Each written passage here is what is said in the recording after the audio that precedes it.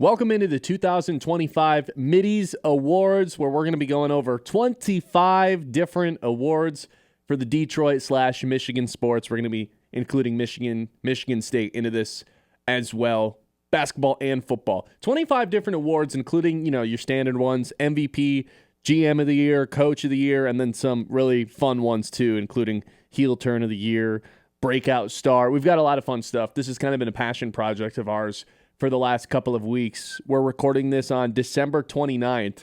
And this is going to be going over all of 2025. So it gets a little bit weird with the winter sports, trying to include what happened in this calendar year, last season, this season. Regardless, I'm excited for this. Kyle, I know you're excited for this too. This has been a working progress thing for the last couple of weeks, and I'm just excited that we're finally doing this. Yeah, I'm super pumped up. I think this is going to be a ton of fun. It's kind of nice to involve everything that's happened because you get so focused on what's been going on in sports over the last month or two. You get so locked into that. You kind of forget about what has happened throughout the year. Like the entire Tigers season, that's just good. That has already escaped my brain, and so now we're going to kind of relive that a little bit. So even I'm March super Madness. Excited. Right, There's even a couple good Lions moments in 2025 if you want to go all the way back. Early, right. There's really only one good Lions moment. Yes. But, we're going to recap all of it and kind of go down memory lane in the process of it. If it's okay with you, I just want to rip through all 25 of the awards right away. And then let's save MVP. And we have this isn't one of the awards, but first team all Detroit, first team all Michigan, 4 different major league sports. You've got 4 spots. You don't have to include a spot from every single sport, but we've got those 2 at the very end. I'm going to run through all the awards. You can pick where we start things out. So we have our MVP. We have GM of the year, coach of the year, most electric college athlete of the year, most electric pro athlete of the year. The FU award goes to the enemy of the year, the sour taste in my mouth award, individual performance of the year, most stressful moment of the year, breakout star, the We Owe You an Apology award, heel turn of the year, story of the year, the I'll Be Your Knight in Shining Armor award, newcomer of the year, comeback player of the year, the Maybe Next Year award, fart of the year, the Charmin Ultra Soft award, Don't Let the Door Hit You on the Way Out award, tough guy of the year, the You've Still Got It award, foot in the mouth award, goes to someone who sounded real good at the podium, not so much afterwards in hindsight, imposter award, and then the ghost of the year. I'll explain all those a little bit more in depth once we get to them. But you start us out. Where do you want to start first? I've got nominees for all of these. I have a winner in my mind for a good amount, but there's also a few that I just kind of want to talk through in this one, including the final spot on first team all Michigan, first team all Detroit at the end of this thing too, because I can't really figure out who this 4th person on the team should be. So where do you want to start things out? Let's start with a good one, though. I think you said obviously save MVP and that for last, but I think something that's similar to that is either GM of the year or coach of the year. I think that's a good spot to kick this off. Let's start things out with GM of the year. Okay. Because I think I went a little outside the box in terms of my nominees. There's not a fixed number of nominees for any single one of them. I think there's up to 5 or 6. Sometimes there's only one nominee. 6 or 7 even, maybe. That, meme of the year. Meme of the year, Some yes. We have 26 awards now, yes. Let's start with GM of the year. For this one, I have 2 different candidates for you. This one goes to the executive who built the winner, fixed the mess, or outsmarted the rest of the league. I've got Trajan Langdon as my number 1 guy, first candidate.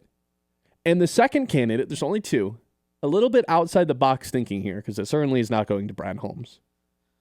As much as it's nice that Steve Yzerman's in first place with the Red Wings right now. Wow, he doesn't even get the HM. No. Wow. You don't get to fix your entire reputation in a month and a half. Sorry. Trajan Langdon, a lot of rights. Hasn't really missed yet, but doesn't have a signature move.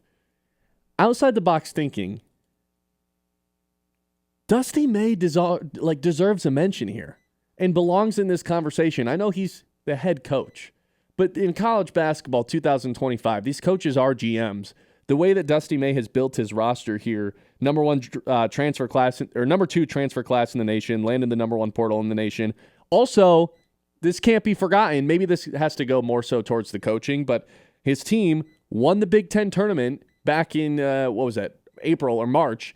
Went to the Sweet 16, currently the number 2 team in the country, undefeated 12-0. They just put up another 100-point performance today before we started taping this. They're 7th of the year.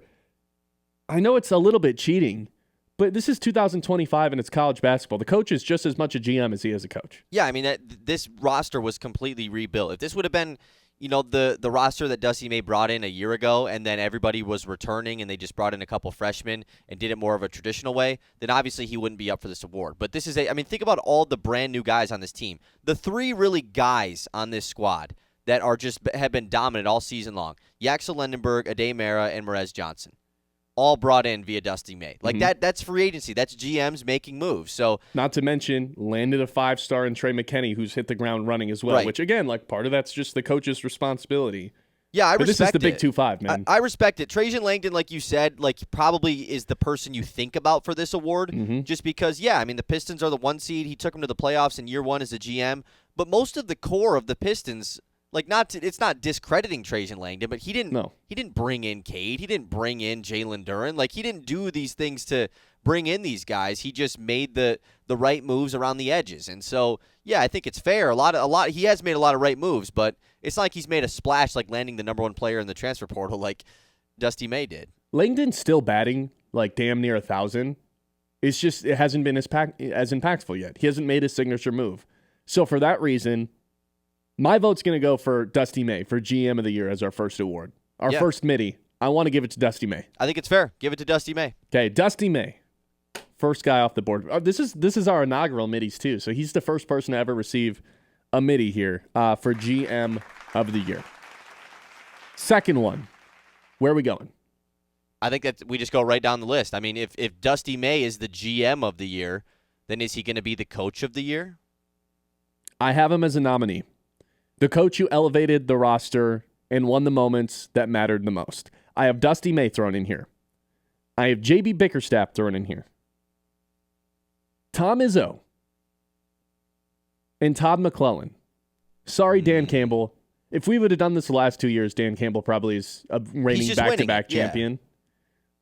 But not this year. Well, I guess maybe Harbaugh wins it 2 years ago. Maybe. But nonetheless, he would have won it last year. He's not even an honorable mention this season. We already talked about Dusty May. We already talked about Trajan. Todd McClellan, this is an interesting one, though. The Red Wings' records since he took over as head coach, in a couple of these games, just the very beginning of them, I think there was a couple in December last season, but he's 49, 32, and 7 since taking over. And he took over a fan base that had very little patience left for this team. Right. Odds were stacked against him. The coach was used as somewhat of a scapegoat before he got brought in. Like an Yzerman, let's just get rid of this guy so nobody starts blaming me. And McClellan hit the ground running. Obviously, the Red Wings hit a little bit of a skid in January, February. But look at them now, man. They're the 1 seed. So I think Todd McClellan, that's why he's in here as an honorable mention. Bickerstaff, 54-28 record since January 1st. Yeah, that's unreal. 13-game winning streak. I feel like that's worth a mention. That's on the resume. Yeah. 1-2 playoff games. And right now is the number 1 seed in the Eastern Conference. And I think the big thing for the case for J.B. Bickerstaff is simply also look what he was taking over. He was following up the worst coaching performance maybe we've ever seen in a single season history of the NBA in Monty Williams. Truly. So the fact that he followed that up and got this team to the playoffs with not a ton of different moves being made, and I don't know who the development of certain guys goes to. I think it probably gives more credit to J.B. Bickerstaff than anybody, right? As far as a Jalen Duren's development, Asar Thompson, Ron Holland. So I think that's a really good case for J.B. Do you want to make the case for Izzo? I know you do. I want to make the case for Izzo over Dusty May. We can give Dusty May to all the props in the world. Lost 2 head-to-head games to Tom Izzo last year, and Izzo went farther in the tournament. I think Izzo returning to the Elite Eight last year was big. If he would have went to the Final Four, I think this award is his. It's locked up, yeah. But last year was the year of the 1 seeds, and Izzo, unfortunately, they fell just short of being the 1 seed. But it was him winning the Big Ten outright, dominating in the regular season, the first year of the 18-team conference, I think is definitely a huge plus for him. But I don't think I think that McClellan and Bickerstaff probably deserve it more just based off of what they were taking over, the situations they came into. The issue for me I have with Bickerstaff is there's a couple moments I can point to in the playoffs. I was like, Right. I look back and Yeah. I'm like, I don't love that move. Yeah, uses the challenge way too early, like in every game. Never has his challenge by the end of the game. It's the pull when he pulled Asar Thompson when the Pistons were Right. up by 8 and the Knicks instantly went on like Still a has 20-3 run. It felt like Still has odd rotation things like to this day, even Yes. with the Pistons being the 1 seed. Yeah, that's fair, and you can't really point that to Tom McClellan. Now, he hasn't had the chance to do stuff like that yet without being in the playoffs. right. So that maybe is a little bit of a hindrance, but he hasn't done it nonetheless. So Well, it seems like the Red Wings are going to end their drought this year, but that's a I sure would hope so. 2026 thing. Yes. Probably doesn't. We can't really bring that into consideration here. I'm gonna cast my vote to Todd McClellan. Okay. I think that's fair. I mean, we got to give the Red Wings some love, right? McClellan deserves it. He's come in and done a really good job, so I'm with it. Todd McClellan, our second Mitty for Coach of the Year, our first one. Thank you. All right, you tell me what you want to go to next. You're in charge of picking what we do next, and feel free to go out of order from what's on the Excel sheet. Okay, no, I'm going to. I just thought that it was a good way to kind of kick things off with that. Okay, I think that if we're talking about, we've been doing a good amount of this pro sports stuff, we're talking about the good things. There's a good amount of, what do you want to say, quote-unquote negative awards on this list. There's a decent amount. I don't want to call them quite negative, but I want to go to one of them. We're talking about good things here. Let's go to the fart of the year. I think it'd be fun to jump over to the fart of the year. I thought this one was going to be saved towards the end. No, when I think it's funny to get into it right now. Fart of the year. The description says, given to the person who took the biggest fart this season. Oh, okay. Makes sense. Most people listening probably a little bit confused by what that means. I think it'll make sense after I read the candidates.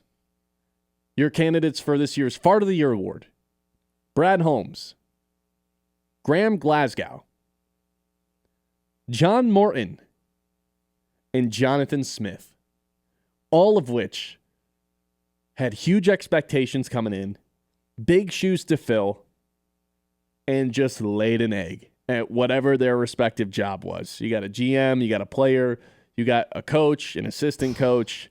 A lot of good options for the person that just completely disappointed all of us. Put up a goose egg in a lot of different ways. With Glasgow as the player, the lone player on this list, he takes over like after the worst performance ever against Washington, where he just was a mess in the playoffs, which was in 2025. Replaces Frank Ragnow at center, and it just couldn't have gone any worse, to the point where he gets benched in Week 17 against the Minnesota Vikings. Kind of hard to top that. And like, as much as we like to clown on the Brad Holmes 2024 draft class, we're talking about 2025 here. And now that we're at the end of the season, 2025 draft class doesn't seem all that bad. It's not like a slam dunk, but it doesn't seem all that bad. People are going to be mad about, what happened at the deadline, the lack of moves. I'm not as angry about that. John Morton, obviously, when you get soft fired halfway through the year, you got to be nominated for this. But man, I don't know if anybody can top Jonathan Smith. Yeah, that's kind of where I was going to go here. I think the case against Graham Glasgow is like he was kind of already farting last year. Right. Like it's not like he was last year, but like the biggest fart of them all was the playoff game, and that happened in 2025. That's a good point. Yeah, but it was just like it was obvious, like, oh, we're letting this guy take over. Whereas the other three guys, it's like Brad Holmes. One, I don't think there's like a specific thing you can point to with Brad Holmes. Whereas if his was like a toot. Like that's what I'd give to Brad Holmes. Whereas Jonathan Smith and John Morton like truly had pretty high expectations, and John Morton probably had bigger expectations. Sure, bigger shoes to fill. At least he scored 50 in a game. Yeah. Jonathan Smith did nothing all year, man. Like the guy didn't win a Big Ten game till the end of the season. They lost to UCLA when they were the worst team maybe in the country. Like so many moments from Jonathan Smith this year. Like just terrible performance all season long. It's not even that his expectation was so high. His expectation was be mid. That literally was their expectation. Yeah, just be a Go mediocre 6-6. And they were so far away from hitting that marker. Sorry, excuse me. That's funny. That's never happened on the show. Never We've live been on the show. We've been doing the show for, 6 months now? 7 months? Yeah. Meme of the year right there. And I don't think I've ever sneezed He always on the show. controls his sneezes, I couldn't do it there. But nonetheless, as I was saying, his bar was low to begin with.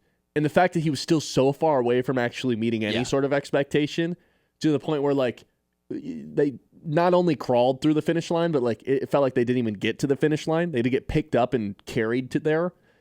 And then he was basically departed, like, pushed out the door think about instantly. The story for weeks. We gave up talking about it. Right. We gave up on it. It was like week 6. We were like, yeah, this guy needs to, like, fire Jonathan Smith. And then by week 10, we were just like, there's no point in talking about it because what else is there to talk about? It's the same story. Everyone knew he was going to be gone. Exactly. Yeah, and the fact that they fired him and within 90 minutes they had the replacement in Pat Fitzgerald, I think it's just got to be Jonathan Smith. This is a pretty unanimous one. Yeah, I would agree. Okay, Jonathan Smith wins Fart of the Year. Enter the new year. What was that?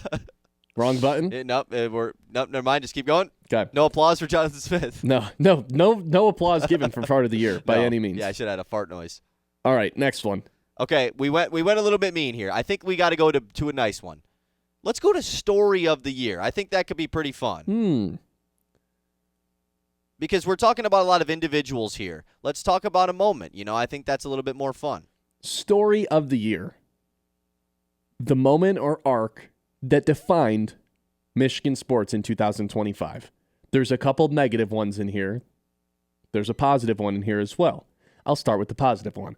Do you remember the week or so, 10 days, 14 days, whatever it was, when we were just constantly getting hour-by-hour updates on Bryce Underwood's whereabouts, where he was, what school he was visiting, what Dave Portnoy was saying? That was a really fun 2 weeks. Connor Stallions joined the staff of his high school football team I forgot all and he was about still that. an LSU commit. The guy was still committed to play at LSU, and he's up in the booth calling plays in his playoff game. Like, yeah, just unreal. Yeah, I mean that saga was It's weird to think that was in 2025.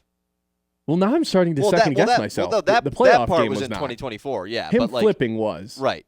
And that was such an insane 2 weeks. And when he actually landed with Michigan and it came out that this guy was getting a $12 million deal, whatever that means in NIL world, I feel like that just has to be one of the stories of the year. And say what you want about his season. I think a lot of people were a little disappointed in it. I thought the expectations were way too high to begin with. But that 10-day stretch, when he was actually doing the flip-flop stuff, incredible. Right. I have Kirby Joseph's knee nominated here because that was just one that just loomed for, 2.5 months? And just it's unfortunately, still looming maybe right now. Yeah. Like, can we say with confidence that he's playing week 1 next year? I don't know. If you are, I feel like it's just guessing. Right. That one was one that loomed. It was a long story, that didn't have a good ending. And then that one wasn't that fun. Yeah. Frank Ragnow unretiring and then re-retiring 48 hours later. That was hell and it was wild. Like, what a 3 wild days. Story. I didn't like that story. And I will say, and it still is fishy. Like, something about that story still does not add up. Because if you have a grade 3 hamstring, you're not supposed to be able to walk. Right. I don't understand. It's like, something about this is weird. And that's what, like, we talked about this earlier on the show today, but, like, what a saga of time that was in such a short amount of time. Like, we went from, man, the Lions, they're cooked. They just can't get over this. And then 2 hours later, boom, Frank Ragnow, he's coming back out of retirement. Season is saved. They're going to the Super Bowl. It's official. They lose to Green Bay on Thanksgiving, and it's like, dang, that really sucks. I don't know if Frank Ragnow is going to save this, but at least it's like something that's coming. No, never mind, it's not. He's not coming back at all. Like, you went from the ultimate pinnacle of hope to dread as a Lions fan. And I will just mention this. After a quick further research, Bryce Underwood did flip in 2024. Oh, this whole okay. Then he's disqualified. So he's disqualified. Yeah, I mean, like, the whole saga of the Bryce offseason, though. I mean, like, that was all happening in early 2025. But the actual flip to Michigan was in late November of 2024. Okay, then he's disqualified. So he's disqualified. Yeah. Kirby Joseph's knee or Frank Ragnow's unretirement. It's got to be Frank Ragnow, right? It's just got to be. I mean, the Kirby Joseph knee thing is just like, it was a long story. This is dumb. That's my thought on it. And the Frank Ragnow unretirement wasn't him thinking he could just join the Lions and be an all-pro guy again. How random was this, though? Like you would have never thought this in a million years with Kirby Joseph's injury. Like, we always kind of knew a little bit this is looming. Frank I Ragnow. mean, we did not think at the time that he was going to be out the rest of the season. Right, but nobody thought but that. Frank Ragnow coming out of retirement, I mean, that was never even hinted, and it just happened like that. And then actually, never mind. No, he's not. Like it was actually the opposite of hinted. Like they told us many times that it was not happening. It's not happening. Exactly. Yeah, like, we made me. jokes about it on the show. Like their only hope is calling Frank Ragnow. We literally said that as a joke, and then it never ended up happening. Okay. You've convinced me. Frank Ragnow wins Story of the Year. Boom. Here at the Middies 2025. All right. Next award. Rip Bryce Underwood. Yeah. Sorry, Bryce. Okay, let's talk about some people. Later. Let's talk about some people that we hate, Ben. The FU award, the enemy of the year. I have 1, 2, 3, 4, 5 different candidates for you. Jalen Brunson, I think, has basically taken the torch from Aaron Rodgers as just like the Detroit sports villain. Now, with that being said, Ben Johnson is here and ready to just embrace this villain role. And like I said at the top, we're filming this at late December 29th with the Lions-Bears game on Sunday. Did you see the spread on that? No. What is it? Chicago's favored by 2.5, and that stuns me. On the road. What are we? Does 2.5 in Chicago? Or maybe it was 3.5. Either way, it was low. And I was like, does Vegas not understand that Ben Johnson's just unloading the bag of, like he's just unloading the clip on the Lions? But they also know what happened in week 2. Yes. I'm really, yeah. I would have guessed like 5.5, honestly. Ben Johnson has a chance to really take it this weekend. Are you? Is that game in January? You gonna take Bears? Yeah, it is in January. So nothing that happens there. Whatever happens in that game goes towards next year's Middies. Brunson, strong candidate. Yeah, Ben Johnson, strong candidate. Sneaky pick here, Bo Naylor. For the nonsense. Josh Naylor. From the nonsense in the playoff game. I mean, this goes back a couple of years. I feel like every Tigers fan has learned to despise this guy when he played for Cleveland. And then for him to reappear into our lives against the Tigers when he was playing for Seattle in the divisional round, and it him was the doing team all the that goofy made stuff. all the trades at the deadline. Like it was literally the exact thing that the Tigers were supposed to do was trade for guys. Seattle does it. You end up playing them in the playoffs. And he's doing all that stupid stuff at second base. To look at me here, look at me there.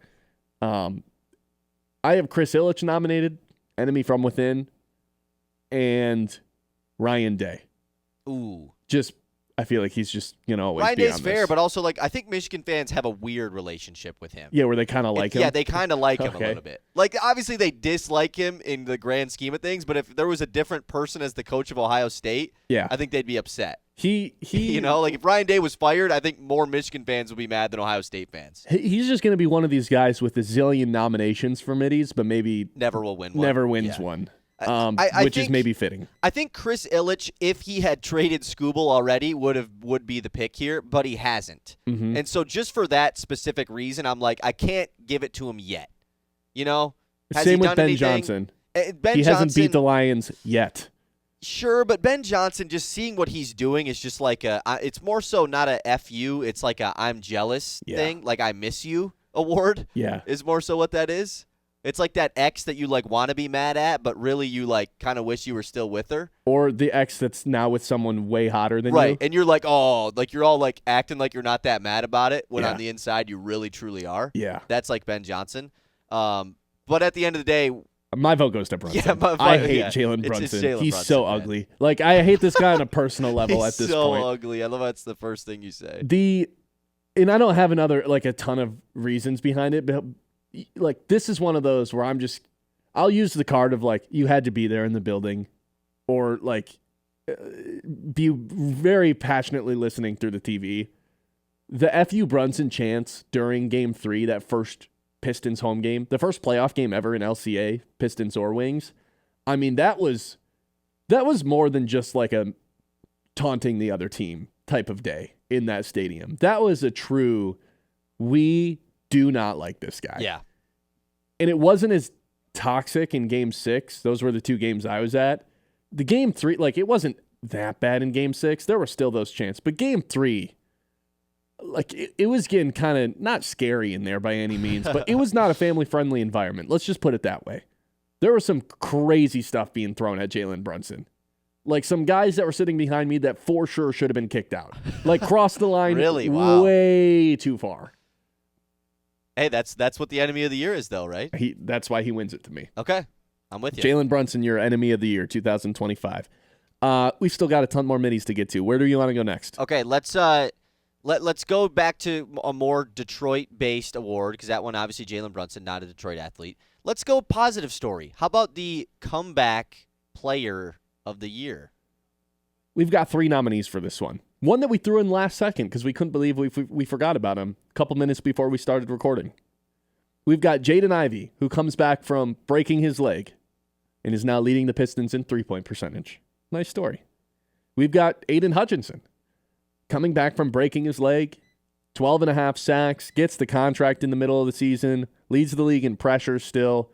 I know some people were disappointed in the season, but if your expectation for him is to win the DPOY and be the best defensive player in football because of the contract he got, okay, I guess that's fair, but odds are you're just going to live your life disappointed if that's the expectation. I still thought he had a pretty good year other than that month where he disappeared a little bit.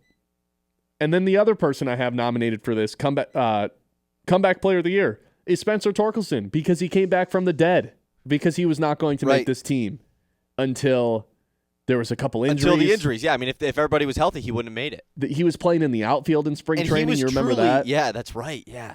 He was truly the lone offensive Tiger that was consistent the entire year. Like, it's not like he had some unreal season. 31 home runs. But he was a near 800 OPS the entire year. Mm-hmm. Like, he was consistently a solid right-handed bat that they didn't have all season long. So that's deserving. But it's like, what's your definition of comeback player of the year? It's just like the NFL. Is it the guy that came back from getting hurt, or is it the Joe Flacco who came back from sucking? I'm glad you brought this up because I have a description for all these. The one I have here is setback, doubt, and then they reminded us who they are.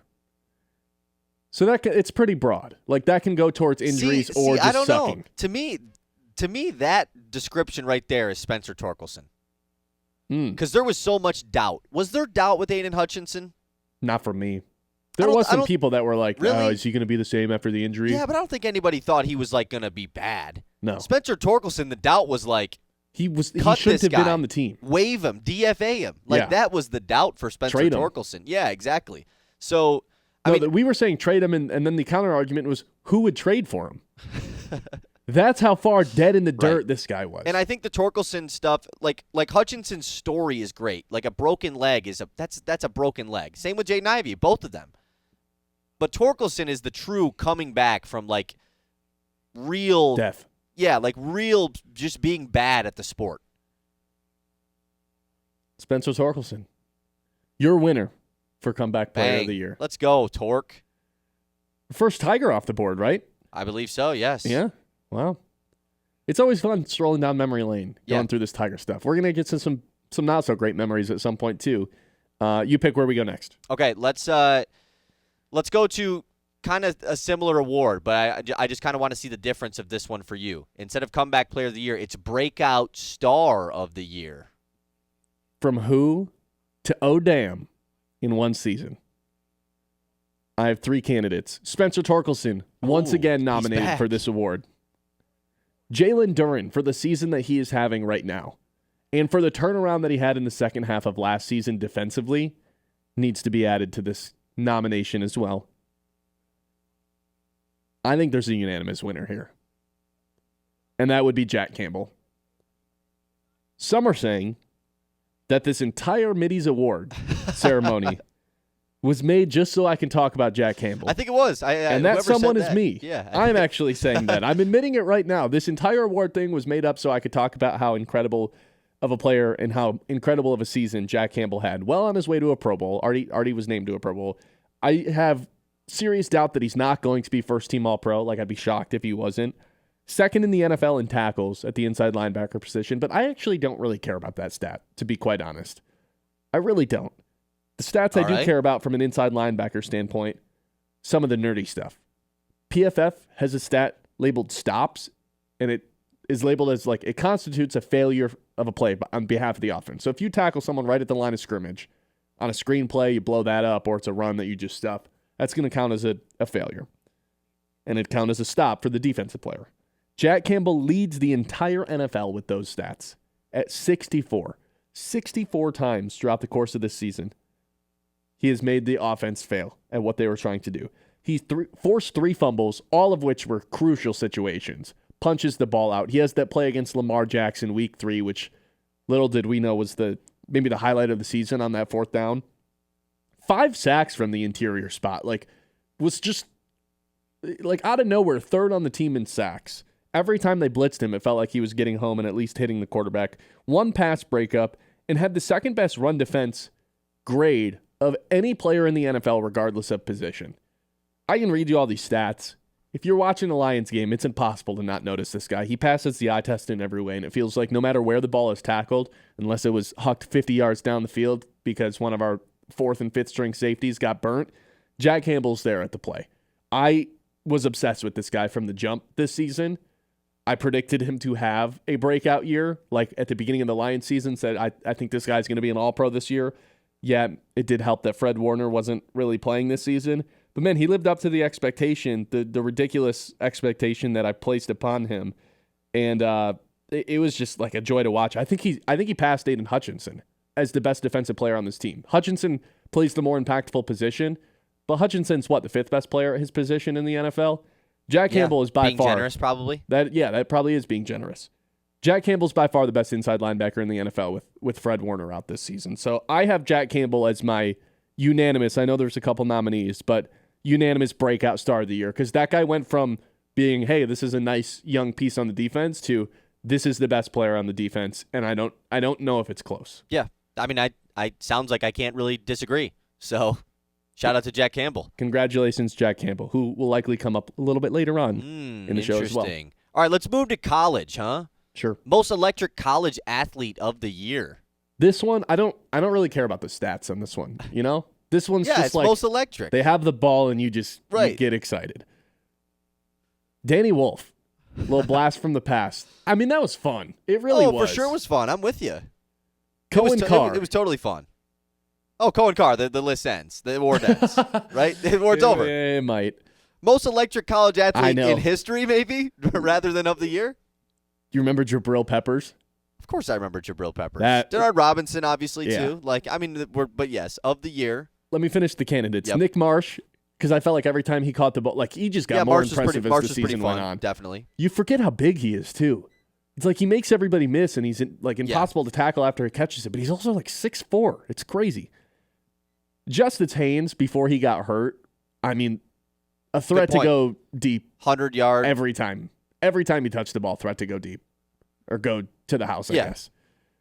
But probably, if he getting hurt probably disqualifies him from this. And I threw Bryce Underwood on here just because those first 3 games of the season, I mean, remember what we were saying? Some of the conversations after week 1, week 2 about him, I mean, I know. Unreal. But I think this has to go to Cohen Carr. I was trying to think, is there anybody else we're missing? No. Do we technically... Andrew Marsh had some incredible games. Are we allowed to have Trinidad Chambliss? Does he count? No. Do we get him? Even if he did, I don't know if anybody tops Cohen Carr. Cohen Carr is yes, this is... You got to see him in person a couple weeks ago. I was jealous. Yeah, it was a close... I mean, I've seen him in person a few times, but that was the first time I have been floor level watching Cohen Carr dunk a basketball, and it was on my side, and I was just it was one of the coolest moments ever. He's one of those guys that anytime a video or a highlight reel, or even if it's just clips from practice or what the midnight shoot around at Michigan, anytime a clip comes up in my feed, I just for sure. Yeah, I'll watch this every time. Cohen Carr highlight reel, dunking highlight reel. Yeah, totally. Top 10 Cohen Carr dunks. And the thing is, he's one of the rare guys where it's actually almost more fun to watch him on TV than in person. Because of the rim mic. This guy at the Breslin, dude, the broadcast on whether it's BTN or Fox Sports or whatever, they juice the rim mic with Cohen Carr. Sure. It makes an unreal noise. That's the only thing I miss with not seeing it in when you see it in person, you don't hear that crazy noise. But yeah, obviously it's unreal to watch either way. But there's got to be a sense when you're there in person. Yeah, you're just locked on him the whole time. Or when a steal happens, and exactly. you kind of see it playing out in slow motion when you're like, oh my God, I think am I about to? Well, that's what I did. I'm about to see, and then it happens. The whole start of the second half, once MSU was on the side that I was on, I was just I'm just going to record the entire time. until he dunks. Until he dunks, and then eventually he will he dunk. did super early. So, yeah, Cohen Carr for sure is the winner of this award. Because he's just like, we mentioned Justice Haynes is just like automatic 100 yards and a touchdown. He's just automatic. If you buy the ticket, you're going to get to see what you came for. He's going to put on a show. Yeah. So, yeah, he wins most electric athlete of the year. Okay, and but will what likely about, win it every year he's with Michigan State. Yeah, it's a great point. Can we just write him in as the 2026 winner right now? Bryce might have something to say about that, but until it's taken away from Cohen Carr, I don't see any reason it wouldn't be him. Well, let's flip it over to the pro side. Most electric pro athlete of the year. I didn't read the description for college. Oh, you sorry. stopped what you were doing every time they touched the ball. That's it. So how's it different than the pros? It's mostly the same, just slightly different description. Must see TV on Sundays or any night of the week. 2 words. Cohen Carr. Must see TV. Must see TV. Yeah. I have 4 nominees for you. Jahmyr Gibbs, but only against bad defenses. Tarek Skubal, against anybody. Dylan Larkin and Cade Cunningham. Really? You know what? I'm going to off the dome throw in JMO in here as well. Yeah. I think JMO deserves a spot. JMO deserves a mention. I don't know if JMO's coming up the rest. Yeah, he might come up one more time, but JMO deserves a mention on this. He had an incredible second half of the season ever since Laporta went down. I even think a guy like potentially, like probably not the year for 2025, but Brian Branch just delivers several hits in games. Yes. That it's just like a whoa. Like he just kind of that throwback, like fast, hard-hitting safety that everybody loves. He kind of brings that. So I think he deserves a little bit of love here. To me, this is only between the first 2 guys you said, though. Gibbs and Skubal. Gibbs and Skubal, right? I agree. And this is one of the awards that I don't really have a winner right now, and I kind of wanted to talk this thing out. Because like you said, Jahmyr Gibbs, like when he's on, it's one of the – I mean, we were taught – you literally said he might be the best running back of all time. Like, I'm going to buy a little bit of stock in him to be the best running back ever. I didn't say he was. I said, I would buy a little stock of it because if it ever happens. Right. But I mean, he has 47 touchdowns in his career. All I'm saying is you watch him have one of those games, and that's where your brain goes to, you know? And you know what game gets to be included in this, sneakily? The Vikings game. The Vikings game where he had 4 touchdowns. The Week 18 Vikings game, yes. Yeah, that was in 2025. Right. I mean, he had multiple games this year. We were like, wow, this is the best game of his career. Like, he had a couple of those this season. I think he had 3 hat tricks this season. Yeah, he did it in a span of 6 weeks. Yes. But here's the thing on Jahmyr Gibbs, and maybe this doesn't count because of the electric part of it. It's not just like MVP or anything. He was non-existent the last 3 games with 1 more to go against Chicago. Right, which, once again, like that, we're not like the stats technically isn't a big thing for this award. Yeah. It's most electric, but in your description, must-see TV, there were games where Jahmyr Gibbs was not must-see TV. Tarek Skubal every game is must-see TV every single time. Ben, I was in the movie theater this summer, and Tarek Skubal was pitching against the Los Angeles Angels. Who cares about that team? I'm in the movie theater watching, I think it was Sinners this summer. Great movie. And I got Film of the Skubal year. in the movie theater on my phone watching Skubal. Like, that's how much he is to watch. So, to me, I think Skubal is, like, because he's also, I think, a reason why he deserves this award is because in baseball, how many guys in baseball, like, are must-see TV? Not many at all. And that might be it. Exactly. Ohtani and Skubal might be it. Very Yamamoto few. might be becoming one. Sure. There's a couple hitters that's like, yeah, when this guy comes to the plate, I'm excited, but he comes Aaron to the plate Judge. every 3 innings. Right. Tarek Skubal, when he's on the mound, like you get emotional watching him pitch. Like, he fires you up. There isn't many people that are like that. So yeah, because not everyone can commit to watching 162 games, but you can kind of commit to it once a week. Yeah. And it felt like Tarek Skubal a lot of the times was pitching on the weekends, like those Friday night nights, games always on on Apple Friday TV. night, yeah. You know, those ones. And in those primetime spots, never disappointed. And you know what? Ever. Apple TV might get the like streaming games of the year award. Oh, come on. Peacock, NBC gets it for sure. But I'm saying Apple TV was just like a sneaky one. Like their was baseball coverage was really good. Yeah. It felt like every Sunday night baseball game the Tigers got to that Skubal pitched was just dominant. I remember going to the game against the Twins where he had 13 Ks in that one. I think we've talked ourselves into Tarek Skubal having to win this award. Yeah. I'm totally in for Skubal to win this. He is electric. Like, he's the definition of electric. There's not a lot of times, like when there's 162 games, it's hard to pick the ones that matter the most. Right. And when he's on the mound, it feels like Game 7 in the World Series sometimes. Like you're screaming just as much as he is, and when he's coming off the mound. Absolutely. So, like this is a guy who got standing ovations in away parks.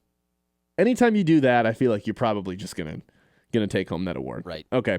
Congrats to Scooble. We'll see if he wins another one at some point too. All right, let's go back to a more so not as fun one for the winner. How about the Don't Let the Door Hit You on the Way Out award? This sounds pretty fun. I have 3 nominees for you. Don't let the door hit you on the way out. For a tenure so disappointing that the breakups feel or felt necessary. Sharon Moore. Self-explanatory. Ward Manuel, who has not been fired yet. I think basically Right. everyone Still on in the the room. planet hopes that happens here in the next couple weeks. And John Morton, He's back. he's back. He's like Michael Myers. He's back. I thought the car exploded him. Oh, wait, Nope. it's the 13th movie. He's still in He's it. still alive. The thing is, I don't know if John Morton's actually going to be fired. He certainly won't be the offense coordinator next year, but I'm not going to be surprised what at if all he's if just the Dan pass game Campbell's just like, coordinator? Yeah. yeah, we love John Morton. John Morton. He has like for our purposes, a useless job. Not for their purposes, but Right. He'll never get No talked one knows about again. what he does, though. Yeah, exactly. If he's not the OC. Yeah. Like, what's he doing right now, you know? I don't know. He still is the offensive coordinator. You know? By technicality. Yeah. Yes. I don't feels think like he's just sitting up in the booth picking his nose. I don't think this award belongs to him, though. Can I propose something? Sure. Sharon Moore and Ward Manuel split this award. We have split winners for both of these guys for the Don't Let the Door Hit You on the Way Out. Yeah, I think that's fair because obviously, like, what Sharon Moore has done clearly was, we're talking about Get the hell out. Yeah. But Ward Manuel now, it's been like, okay, this was like the last straw. You know, enough has gone down in your tenure that you can also get hit by the door on your way out as well. Maybe smacked by it. Okay, we have our first co-winners. Dual winners. Dual winners. Congratulations to Sharon Moore and Ward Manuel. Likely the last awards they will ever win. Who knows? What about comeback of the year next year for Sharon Moore? I don't think that's going to happen. What's he coming back from? Jail time? Yeah. I mean, that would be quite the comeback, would it not? Yeah, but I don't know if he's going to... I know. Okay. Let's move on. We owe you an apology award. Let's go there. I have Mel Tucker written down as one of the nominees. Why? Turns out he wasn't actually the worst coach in Michigan. He wasn't the worst scumbag employed by Michigan or Michigan State. So sorry about that. We were painting him to be like this evil human being. I don't think we need to say sorry to him, but like there was somebody worse. There was somebody worse. Maybe 2 guys worse, both on the Michigan staff. I have JMO written down as a nominee because, myself included, was pretty questioned. Like I questioned the decision to pay him before the season started pretty aggressively. I didn't know if he was going to live up to that. Obviously, the speed is like something you can't really coach, and in theory, that's something that every team needs and wants in the NFL. But I needed him to prove it before the Lions paid him, and it felt like the Lions paid him before he proved it. And it turns out that was the right decision from Brad Holmes because ever since Laporta goes down, he's looked like a Pro Bowl caliber wide receiver, and that's kind of the only way to explain what happened to him in the second half of the season. He's been unbelievable since Laporta went down. So I've got him. I've got Connor Stallions. For why? Just, I feel like people were harsh on him. He was pretty good at his job. Yeah, and you know what? Like, what was the worst story? Sharon Moore was this guy in charge anyways. Like, yeah, no wonder Connor Stallions went off and did his own thing. Yeah. He had this psycho job Sharon Moore he had to deal with. I have Spencer Torkelson. Although, the more I think about this one, I'm not actually sure what we're apologizing for because he did, in fact, stink in 2024. Yeah. So I don't have anything to apologize. He's not nominated anymore. Sorry. And I have Steve Eiserman, who I'm going to go ahead and say wins this award because, man, we put this guy's head on a stick for 2 straight seasons and couldn't believe that he came back for this season and was still employed heading into this year. And now look at the Wings. They're sitting atop the Eastern Conference. And I know a lot of people are kind of still upset that Hughes didn't get traded to Detroit. Maybe he should have been a little bit more aggressive there. But, for crying out loud, the Wings are the 1 seed right now. So I feel like it has to be him based on the conversations. I don't think I've ever said a positive thing about him, or at least I didn't for 2 years. Right. And now they're sitting atop the conference. So I'm giving this award to Steve Yzerman. Yeah. Any pushback? Would you give an honorable mention to somebody else? Because also, like, if we're thinking about guys that you have just gone at the most without, when I say gone at the most, it's like you haven't given them any positive notes. Steve Yzerman. It's been all bad. Yeah. Steve Yzerman's like the headliner of that. And so, yeah, they're the 1 seed. Like, I think that's fair. Obviously, you kind of want to see how it plays out. But at the end of the day, yeah, I think this is good for him. All right, what do you got for us next? Our next Mitty Award. All right, next Mitty Award. Let's go to the Newcomer of the Year. Newcomer of the Year. So this is originally called Rookie of the Year, but then you threw out a candidate that I felt like just had to be included, so we changed it to Newcomer of the Year. Okay. I have Emmett Finney for the Red Wings written down, who has 19 points this season as a rookie. That is the 6th most amongst rookies right now in the NHL. 64 hits, which I've always thought the last 2 years the Wings have lacked like a toughness. 64 hits, that's 4th on the team, so he's brought a little bit of an edge to this team as well, and you felt his impact, especially early on in the year. So I have Emmett Finney written down on this list.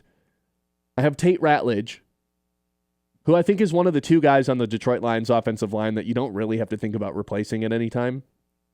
Him and Sewell. Yeah, he's been good. He's been what they needed, yeah. And I have Jay Batt for Michigan State, their new athletic director, who comes in and within 2 months has $400 million donated to the university. I mean, come on.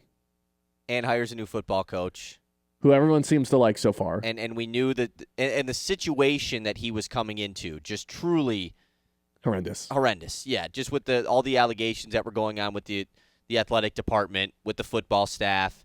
You're coming in with a legendary guy on the basketball side that was the interim AD in Tom Izzo. Like, you have something to prove. And they're rebuilding SoFi Stadium in East Lansing. Yeah, that's right. Yes. With halos all over the place. With a 400-foot Spartan statue out front of it. Acrisure Stadium 2.0. It's coming. Yeah, I mean, and you connected like Greg Williams, who is not a Michigan State alum, but from the East Lansing area. Yeah. Just a bajillionaire, but hadn't been connected with the university. And you've been here, J-Bat's been here less than a year, and he's already brought that guy in and let him be a major funder for the university. Like, that's such a huge get for J-Bat. Has some supervillain vibes, but maybe that's exactly what for Michigan sure State a supervillain. needs. Yeah, like, I mean, his name is Jay. Way. J-Bat. I mean, we should just add name of the year and give it to him. It's not even J-A-Y. No, it's just Jay. Like, my brother's middle name is J-A-Y. Like, that would make sense. It's just J. It's just the letter J. I'm going to name my kid L. No, because then people make L, it M. Yeah. I'm going to name him M. Yeah. M. Bosscher. That doesn't have as good of a ring as J-Bat. No. I think J-Bat's got to win Newcomer of the Year. This is your nominee, so that's a good one. I think J-Bat deserves this. Like, hasn't had a ton of time. He didn't have all of 2025, but absolutely, I mean, what he's done so far clearly seems to be pretty good. Okay, we've got 7, 8, 9, 10 more awards to get to. Man, we've been doing this for a minute, huh? I guess so. All right, tough guy of the year. Who's the toughest guy in the city or state of Michigan? I think Penei Sewell's the defending champion if we were to have done this last year, and probably the year prior, and the year before that. I think the title has officially gone to Beef Stew. Ooh. You know, you told me something earlier today about Isaiah Stewart and how... Do you remember what you told me? Not really. That go for it. Asking other people their thoughts on Isaiah Stewart around the league. Yeah, I think that to know if you are a real NBA ball knower, just ask somebody what they think about Isaiah Stewart. Mm-hmm. Just ask a random person, hey, what do you think about Isaiah Stewart on the Detroit Pistons? And most people's answer will be, he just loves to fight dudes. Mm-hmm. He gets in fights and he punches guys. He's a football player. He's there to fight. When in all reality, he's truly one of the best defensive players in the league. If he was a full-time starter, he'd not a doubt in my mind be an all-defensive player this year. He's got the best defensive rim percentage in the NBA. Like, he's that good. And obviously, yes, he does get in scuffles. Like, that's part of why he's nominated for this award. Exactly. So he's a great defender, added with the fact that he's probably the most feared guy in the league from a I don't want to mess with this guy perspective. Yeah. Even though it seems like some guys try to go at him because they know it'll, like, get him a technical and stuff. But I think part of the reason he's on this as well is, like, anyone messes with Cade or Duran or Ivy or really anybody, Stu is there to protect all these guys. Yeah. Like, Stu is an enforcer in every way, shape, and form. But it's also, we call it tough guy of the year. You know what it's also tough to do? Score on him. It's really hard Right. to score on Isaiah Stewart. Just to play against him, yeah. I mean, like, even when he's coming at the hoop, too, he will posterize guys. Like, he's tough. He is the definition. Maybe we should change this to TUFF guy of the year. Because he's tough. I like that. I think he took it from Panay Sewell this year. Not that Panay lacks toughness. Something rubbed me the wrong way the last couple weeks of him. I mean, he also said, like, I don't want to play on Christmas. Yeah, that's exactly Isaiah where I was Stewart going. would say, I want to play twice on Christmas. Yeah. Give me the best player in the NBA on Christmas. Yeah. I would like to I want guard to fight him, please. LeBron again on Christmas. Okay, what about the maybe next year award? I mean, I have 2 nominees for this one. Originally, it was just the Detroit Lions, but then I threw in Bryce Underwood as well because it felt like this season was disappointing. But I think the expectations were ridiculously too high. Like, just out of the realm for what a freshman's expectation should be, a true freshman nonetheless. So I have both of those guys. But the problem is we don't really know if Bryce Underwood's going to be playing for Michigan. Yeah, I mean, I think he probably is. I'd set it at like -1. But you know who's going to be playing in the city of Detroit? Is the Lions. The Lions. The Lions have to win this award. Maybe next year. Yeah. I've been saying that for a long time with this team. Yeah, I mean, it has Maybe to this be should just be the Detroit Lion, maybe next year presented by the Detroit Lions award. And it goes to Presented by the Ford Detroit family. Lions. Yeah, presented by the Ford family. That's good. Okay, that's pretty good. We were just talking about tough guys. Let's go to the opposite of tough guys. The Charmin Ultra Soft Award, Ben. Elite softness for a moment that demanded toughness. Dan Campbell. Ooh, know. we're throwing Dan Campbell out as the first nominee. I like Dan Campbell, though. I don't want anybody to get this Is it because he goes to Starbucks? No, this isn't because he gets to Starbucks. Because the team lacked toughness in the last 3 weeks of the season. Would you disagree? Like they were. No, I don't They came out disagree. flat against Pittsburgh. They came out flat against Minnesota. And you and I have discussed this. Like, I think a lot of the reason why the season started to crumble was Dan Campbell took over as the play caller, and he had to focus and give all his attention to that aspect of coaching, and it left very little room for him to be the motivator, CEO person that he's best at. And I think that wore off. So I don't think he's going to win this award, but I think he was worth a mention, worth a nomination. Okay. Scott Harris. DK Metcalf, because he didn't like being called his full name in the crowd. Also, this story that just like kept getting forced down my throat from a ton of other like Michigan media outlets. I don't care. I don't know what happened. I don't care to know what happened. Please get it off my timeline. I'm done with it. Yeah, I'm not a huge fan of like obviously Lions When fans DK are going Metcalf at, punches the no, I mean, Lions fans, obviously I'm not a huge fan either. of that, but I'm not really a huge fan of the fan side of things as well. Yeah, I don't really Like, care what that I don't really random mess person with. have to I say. don't really mess with a fan like going down like that close to a guy and like I don't know. A lot of people see the athletes as these non-people. You know, they just kind of these money-making figures that they can say whatever to. I'm not saying like I don't know. I'm not like defending the Lions fan in this situation by any means. But anyways, yeah, I mean DK Metcalf though, extremely soft, like no doubt about it. I don't know. This is a tough one because Scott Harris, it feels like he's got to win something. Yeah. And it's not really his fault, but like his softness comes from the media stuff, right? Like when he speaks to the media, when he does those big Zoom press conferences with all the beat writers, and just every answer is just like, ChatGPT answers? Yeah, it's just not even that. It's just like I think that sometimes Trajan Langdon gives ChatGPT answers. Scott Harris is just very simply just every answer is centered around guys that aren't even on the team yet. Yeah.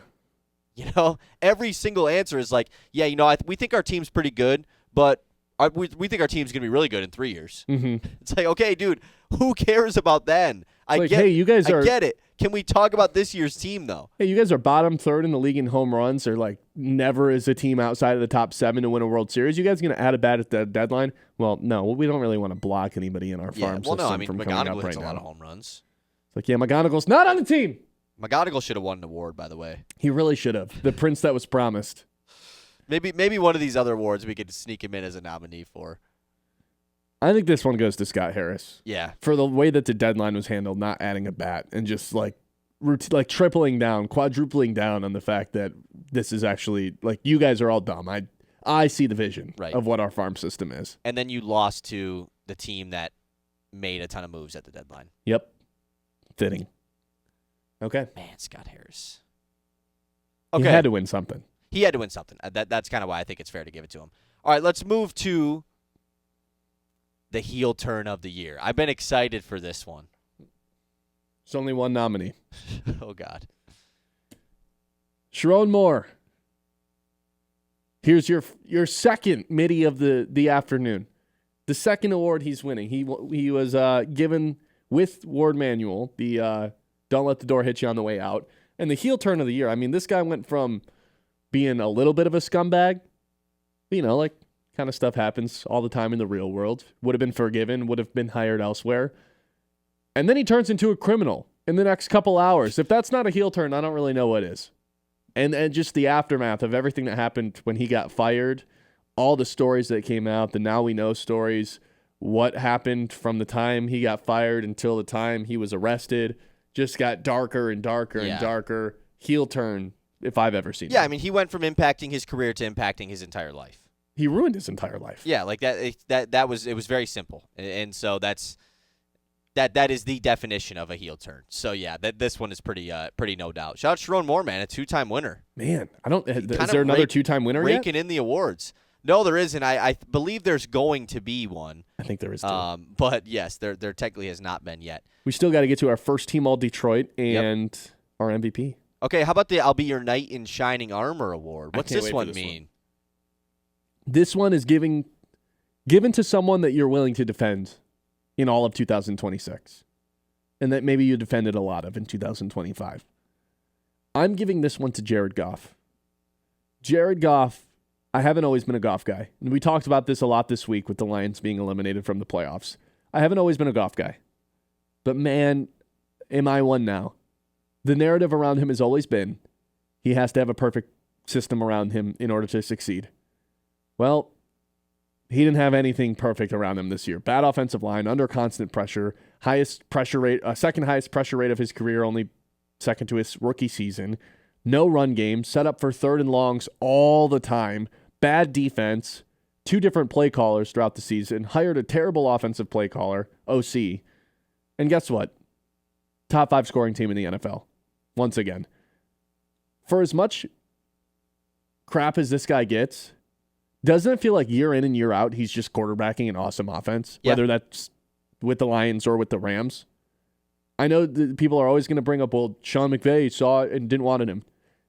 Jared Goff is a way better quarterback than he was when Sean McVay traded him away. Oh, totally. Yeah, I don't think there's a doubt about that. So I don't even want to hear that, well, Sean McVay saw it anymore. I for everything that went poorly with the Detroit Lions this year, he is not on the list of reasons why the Lions didn't live up to the expectations. He turned Jamison Williams into a borderline, like he's not going to be a Pro Bowler, but played like a Pro Bowler the second half of the year. He survived injuries to the entire tight end room, and like even with Sam Laporta gone, was able to make Isaac Tesla have somewhat of a successful rookie season after that looked pretty shaky the first 5-6 weeks of the season.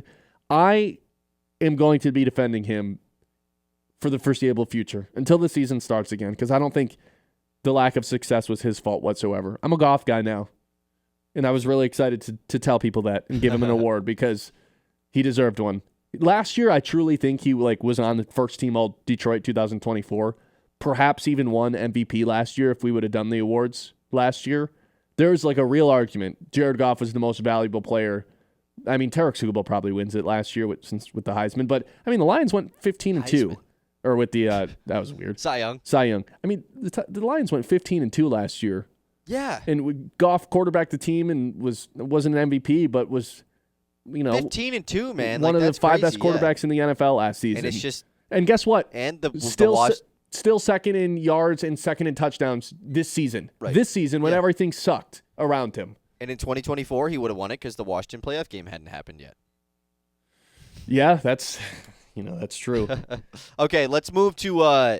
Wait, are you nominating anyone else for this, or are you fine with Goff? Yeah, I think it's fine. I mean, this seems to be a award that you're pretty passionate about, so I'm not going to argue. We did a little bit of Goff. I think if I was doing one of the Lions thing, I think Dan Campbell is the guy that I'm just going to shift to, because it seems like a lot of Lions fans are not like saying we want Dan Campbell out, but it's been like there's been an anti-Dan Campbell push a little bit. And so I'm not a big fan of that. I think Dan Campbell's the coach of the Lions for a long time. And so do I. Yeah, I would give him a little bit of love as well, but I'm fine with Goff. What about the ghost of the year? Someone who disappeared when the team or fan base or whoever needed him the most. I have Alex Cobb nominated for this. Who I don't know if he was ever he just never showed up. That was like the no-show of the year. When I was searching for pictures to put on the graphic, it was hard to find one of him. You find one in a Whitecaps jersey? With the Tigers. He was like no-show of the year. Kirby Joseph I had on here because he just straight up disappeared. That was, I mean, I'm just talking myself into him winning the award right now. And then Aiden Hutchinson, there was a month in there. I think Hutchinson overall had a really good year. 12.5 sacks. Yeah. He's already turned into a little bit of a ghost for a little bit. He had a 1-month stretch after he got paid. Yeah. I don't think those two things correlated, just coincidence, where he was non-existent on the football field. So he had to be thrown in here as well. Hutchinson sneaky, already the best edge the Lions have ever had, though. But I think this one's got to go to... I think it's Alex Cobb, man. I think Alex Cobb gets this award. He never showed up. In true ghost fashion, you never saw him. At least Kirby Joseph, you saw him. He showed up to practice every once in a while. And you just heard about Alex Cobb. Limited practice. Alex Cobb, I never watched him pitch. Was he a ghost or was he like Bigfoot? It's I swear he's out there, and he just never actually showed up. A lot of people don't believe in ghosts too, he's just something that he was a myth. He was a legend, a story, a story with $15 million in his bank account, a tall tale. I think Alex Cobb deserves this award because he was the true definition of a ghost. Yeah, you literally never saw the guy. It was just ghost stories of him. I'm fine with that. Give it to Alex Cobb. Shout out to Alex Cobb, man. And it felt like he had to get something, right? What a loser. He did. They should sign him. They should re-sign him low-key. Okay, let's move to Sour Taste in My Mouth award. Self-explanatory. Yep. One nominee, Frank Ragnow. Winning his second Mitty of the year. Frank Ragnow, a two-time winner. Second one. Him and Sharon Moore, just buddies now. The two winners club. Yeah, I don't know, man. The more we get removed from the Frank Ragnow retirement and seeing the impact it had on the season, the more and more I look back at the timing of things. I think it was pretty evident that Brad Holmes had no idea he was going to retire while free agency was going on, because I think Kevin Zeitler would have just been re-signed if we would have known Ragnow was gone. And then maybe Brad Holmes had an indication or some sort of inkling that he was going to potentially hang it up in the draft, and that's why they went with two different interior guys in Tate Rallage and Miles Frazier. But for him to wait until basically training camp is beginning and players are reporting to camp, and that's how camp kicks off. I mean, that kind of that was a kick in the nuts before the season even started, or right when the training camp stuff was starting. So it just, the timing of everything just left a sour taste in my mouth. And then for him to follow it up with hey, I'm coming back. But I don't know if that was ever really going to happen. I don't know. I'm not saying I hate the guy, but there's just something about it where I'm like, hey, man, if you're going to actually come out of retirement this upcoming year, you better do it this time. Yeah. No more dancing around this. And I will say this is going to lead to a real uncomfortable conversation with Taylor Decker this year, where it's hey, man, we already know you floated around the idea of retiring with one of the beat reporters. You got to tell us about this way ahead of time. You're not doing us what Frank Ragnow did to us last season, because it screwed us over in a big way. And if you're not gonna retire, guess what? We still might draft your replacement. So I've got Frank Ragnow winning the sour taste in my mouth. Yeah, there really isn't anybody else. Maybe a Scott Harris, maybe a Brad Holmes, just from the things that they said. Yeah. Maybe a John Morton, hey, we're gonna get this guy more involved this week. That was a we're fun gonna get this line. guy, but yeah, I think I'm out on all that too. Okay, let's go from the sour taste in your mouth. We got 6 awards left, by the way, to the foot in your mouth. Man, you're just putting it all in your mouth. A lot of things in the mouth. Foot in the mouth sounded good at the podium, not so much afterwards. I have 4 nominees for you. Terrion Arnold being the first of those. He was quoted on his own podcast, which makes it even funnier, saying, "I'll be the best cornerback in the league pretty soon." That's hysterical. Hey, Terrion, you have to play to be the best cornerback in the league. Just a ridiculous statement. And play good. And play well, yeah. A ridiculous statement. Was it just because Pat Surtain was on the podcast with him? He was trying to impress him? Probably, right? I don't know. I have Troy Aikman nominated, who was quoted saying, Goff, not really known for being a runner. Thank you for your incredible insight, former quarterback That is why Troy you were Aikman. on the A team for ESPN, Troy. Thank God we have Troy Aikman. I have Jonathan Vilma, who famously called Brian Branch Deion Branch. Twice. 3 times. 3 times. Yeah. And did 6'7" to the president. I always forget about that. Yeah, that did happen. A lot of good nominees on this one because Drew Brees, for what he said on Christmas Day, also on this list when he said the Vikings should actually intentionally take a safety here with 7 minutes left in the game. Then his producer in his ear is like, okay, you have to say that again when we come back from break because I don't know what you're talking about. And he doubled down on it. He doubled down like, oh, look, the Lions had the ball at the 35-yard line. If they would have took the safety, they could have pinned him at like the 15. There was what 7 minutes left dude? in the game, and his what idea was to just about? give them 2 He's like, points. either way, a field goal doesn't win the game for the Lions. Like, what's the difference between 4 points and 6 points or whatever it was? Like, dude, what are you talking about? Truly, what are you talking about? The group chat we're in, our fantasy group chat, just started blowing up within seconds of him saying that because we all caught it. Like, what is this I guy looked at my on? dad immediately, and I was like, what did he just say? Like, take a safety? What? Dudes take a safety when there's like 5 seconds left in the game. You know, like we see that happen a lot. Yeah. On a punt, they'll just run out the back of the 7 end zone. minutes. Like, truly, almost an entire quarter left in the game. Oh, that was one of the dumbest things ever. If he gets hired by a staff ever, I don't think that's I'm happening. selling my stock on that team, like, as soon as that happens. I loved him as a player. Yeah, no, I have a Drew Brees Saints jersey. I love Brees. There's a lot of good awards my here. My opinion is I've lost it. Yeah, a lot of good options. I don't know who to give this to. To me, I have the Jonathan Branches or the Deion Branch is iconic from Jonathan Vilma. It's like such a good meme. In the same season, he did the 6-7. Both in Lions games too. Yeah, like, you gotta remember that. I think Terrion Arnold calling himself the best corner in the league and Drew Brees claiming that the Vikings should take an intentional safety are my final 2. Really? Okay. But shout out Troy Aikman for letting us know that Goff's not really known for being a runner. Right. Thank God we learned so much from him. I think if those are your 2 options, I would go Terrion Arnold. Okay. Terrion Arnold for claiming I'll be the best corner in the league pretty soon. How long is pretty soon? I think it's time for him to not have a podcast. I'm done with the St. Brown podcast. Yeah. Terrion Arnold should not have a podcast. Yeah. There's probably some people. He probably thinks we shouldn't have a podcast. Yeah. All right, let's go to the imposter of the year. Imposter of the year, someone who is actually hurting the team from within. I have Sharon Moore going for his 3rd Wow, video he's of the going year. for the 3-peat. Wow. And the only reason he's nominated for this is because like there were some stories that came out afterwards, of course, that were like even Biff Poggi basically was like, yeah, the coaching staff has not been having fun for like 2 months. This guy was like a terror to be around. Oh, great. That's good. And like the way that Bryce Underwood was utilized, like that doesn't help. Clearly distracted. I have Holmes nominated, but I'm taking him off. Okay. I don't think he deserves a nomination for this. And the other person I have is Chris Ilitch, who owns this team and like in my mind secretly just doesn't want them to ever be good. No, he wants them to be exactly what they are. Competitive, a solid team. Without a solid having team to that he pay doesn't have money. to pay a ton of money. Yeah. Yeah.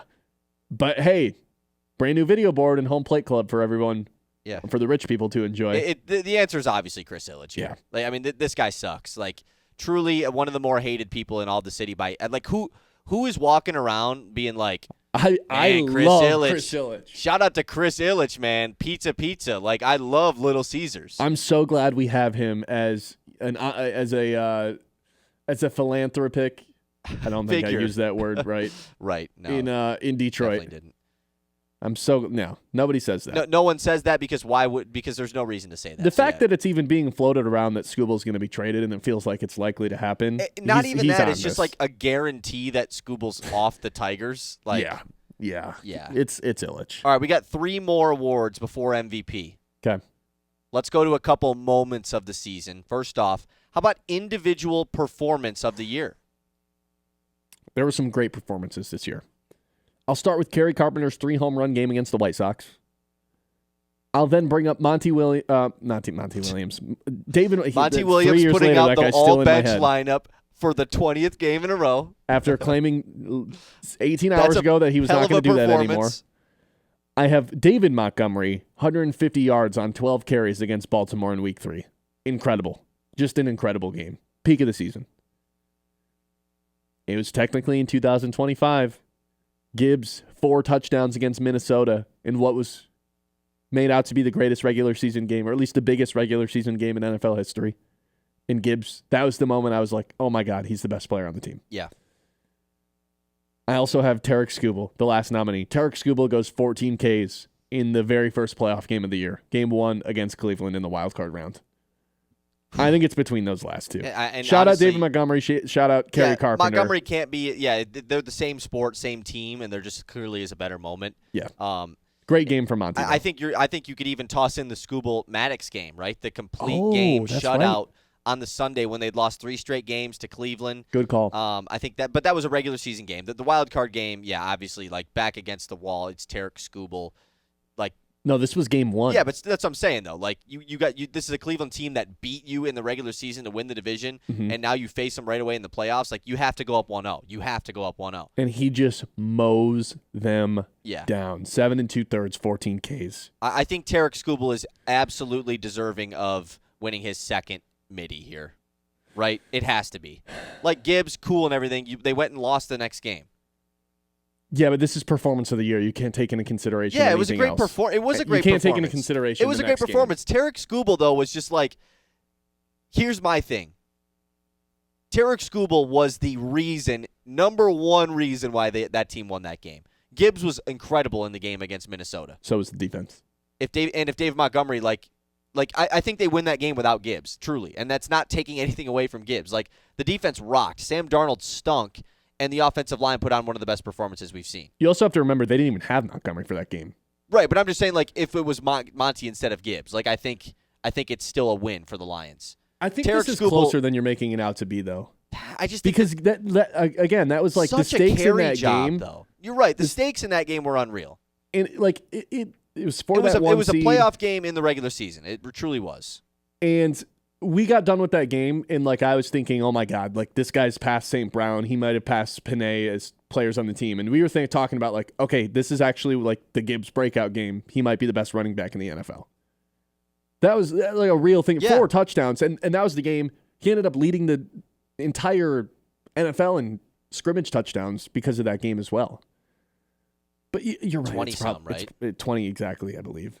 It's probably Tarek Skubal. I think it just had. I mean, the Skubal one was like, at the end of the day, that was in the playoffs. Like, yeah, I think it's got to go to Skubal. Tied to Detroit Tigers franchise postseason record for strikeouts in a game.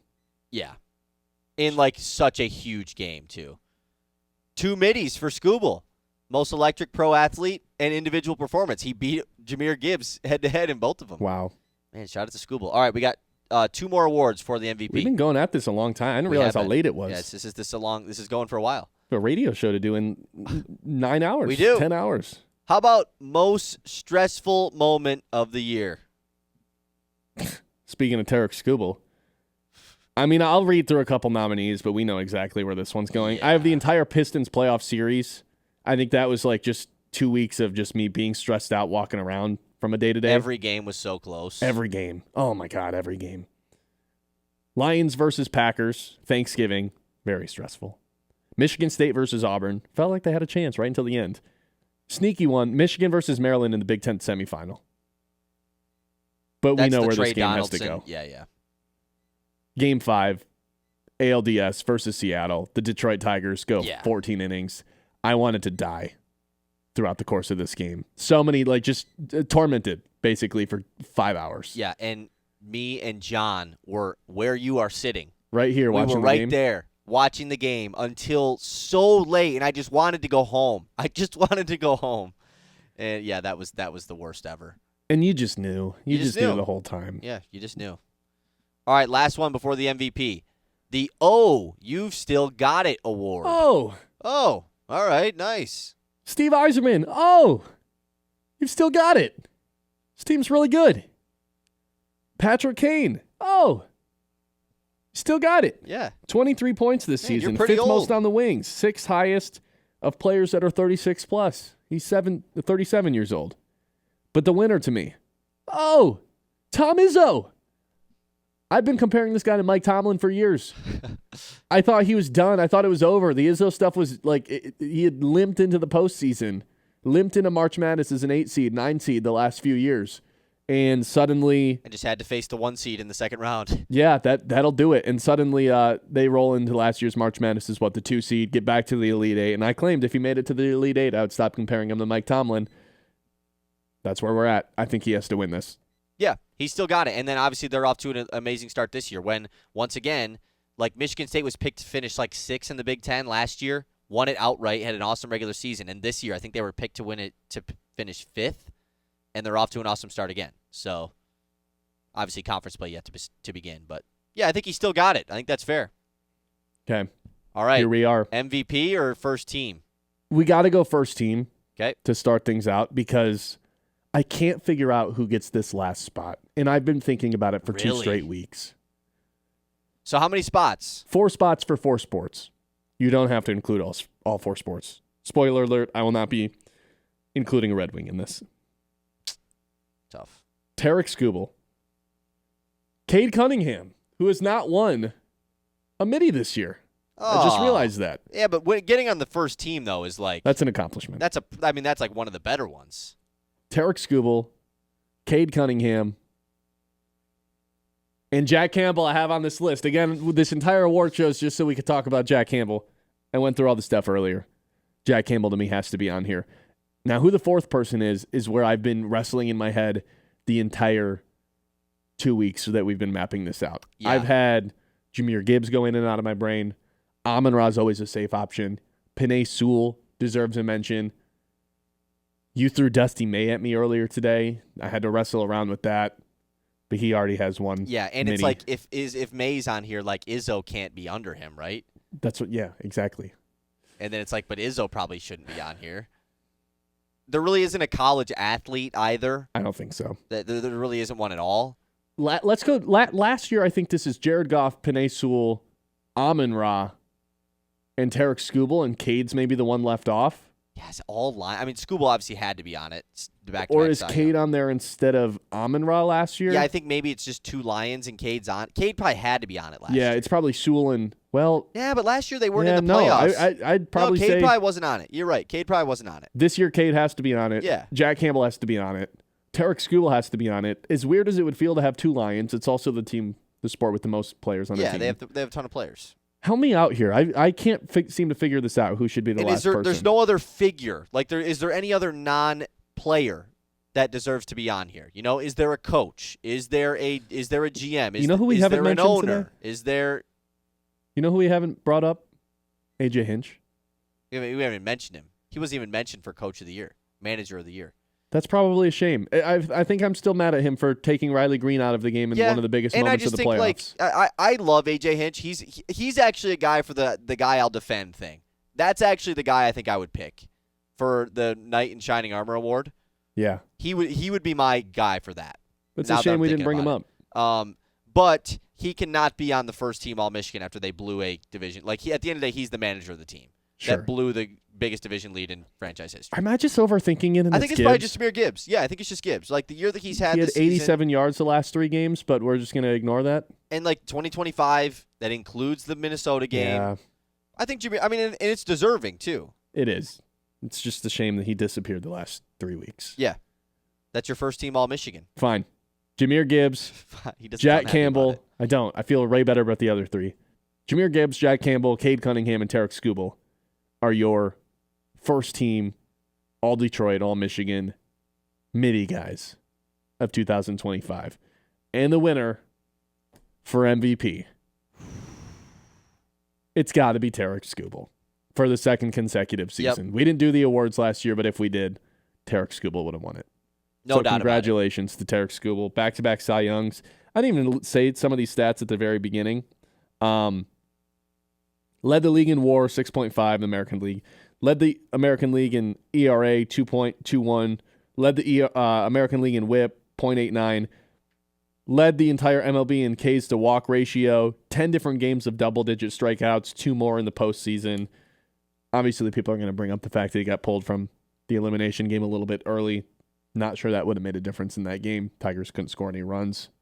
He's the MVP to me. Yep. He carried a No team doubt. that was a 500 team, and it was just an automatic win every 5 days. And he it went felt to like. every game possible that anyone's ever been to in a weekend. And then posted it the Yes, next week. like that's my MVP. And those are your 2025 Mitty Awards. I hope this becomes a tradition. This is the inaugural Mitty's award ceremony, but this is something that I'm going to be looking forward to every single year this time of the year. Yep. Going forward. Most likely to get a Mitty in 2026 that didn't get one this year. Got to be Cade, right? Just Or AJ Hinch. Yeah, I guess Cade didn't get one. Hinch, Bryce Underwood didn't get one. Cade's weird because it's like he deserved What's he one, gonna win? but- We might have just to create one for him to win. You know? Yeah. It's like, but like even being in a nominee for MVP and getting first team, that's an accomplishment. Right. This is one actually I did want to quick throw at you. It doesn't really count, but what would be the team of the year? What was the team of the year out of all 6 of them, you know? It'd Or have I to guess be the it'd be, I Tigers. guess it'd be all 8 because of football and basketball. Wouldn't it? It'd have to be the Tigers. Probably the Tigers, yeah. Yeah. Maybe the Pistons because they went to the play. Now, they didn't win a series, so. No, I think it'd have to be the yeah, Tigers. probably Tigers. All right. Any final thoughts? No. Shout out to Tarek Skubal, 3-time award winner. All right. He won 3 this year? Yeah. What were the 3 he won? MVP, Individual Performance of the Year, and Most Electric Pro Athlete of the Year. There we go. Tarek Skubal. It's Woo! fitting that he was our most decorated Mitty And on the first team. and on the first team. All right, everyone. See you next year. But also, we'll see you tomorrow at 9 a.m. if you're listening to the Ben Bosscher Show here on 100.9 The Mitt. Thanks for watching, guys.